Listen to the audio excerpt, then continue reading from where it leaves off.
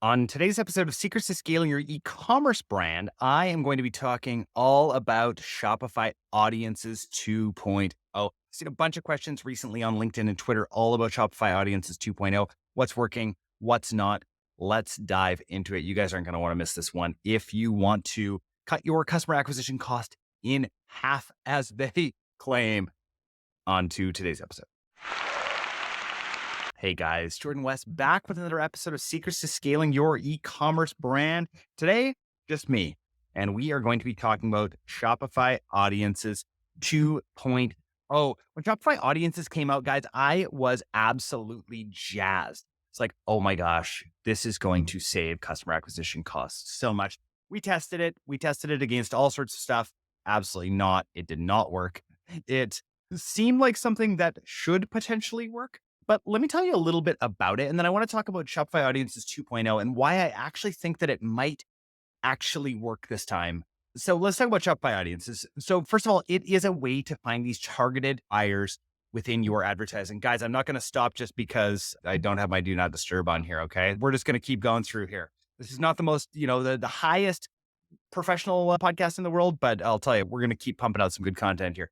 Anyway, so basically what it's doing is it's using the collective power of Shopify merchants, right, that band together to unlock all of their data and feed that data into every single ad platform. We're not just talking about Facebook anymore, Meta, whatever you guys want to call it.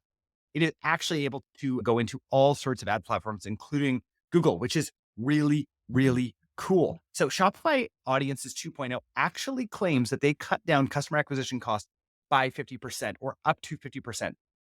Let me tell you a little bit about how it works, right? So the idea is that when you're running ads using Shopify Audiences, they actually make it easy to understand the whole value prop. So Shopify, and remember, guys, unfortunately, this is still only for Shopify Plus, which, lots of you are probably going to just tune out right now. But to me, it's really, really one of the huge value adds that Shopify Plus has right now.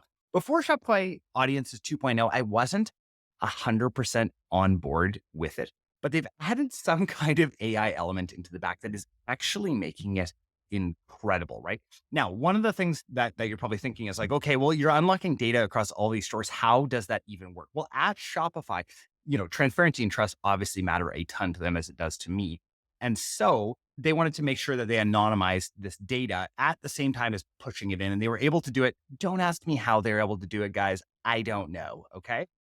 But essentially what they're doing is they're modeling these unrelated orders to Shopify Audiences and then creating these customer personas that they're then feeding down into Shopify. And so you can do it a few different ways. So I'm actually going to get right now, what I'm actually getting up is my Shopify Audiences dashboard. And I want to kind of walk you a little bit through that.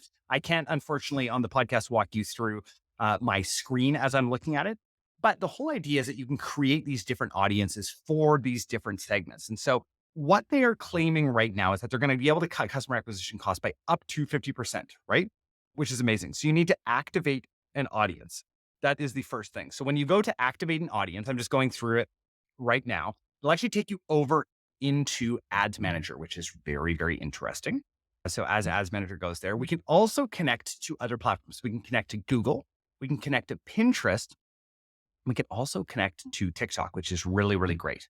Let me just go into a couple of things here on the settings side. So one thing that you do need to do is you need to also contribute to the data, right? So you need to ensure that your data sharing is activated. What this is this is basically crowdsourcing all of this data to try to find the people who are actually going to be likely to convert on your website. So far, we have not seen any meaningful results with Shopify Audiences, but Shopify Audiences 2.0 just recently came out and we're really, really excited to test it. So here's how we're going to test it.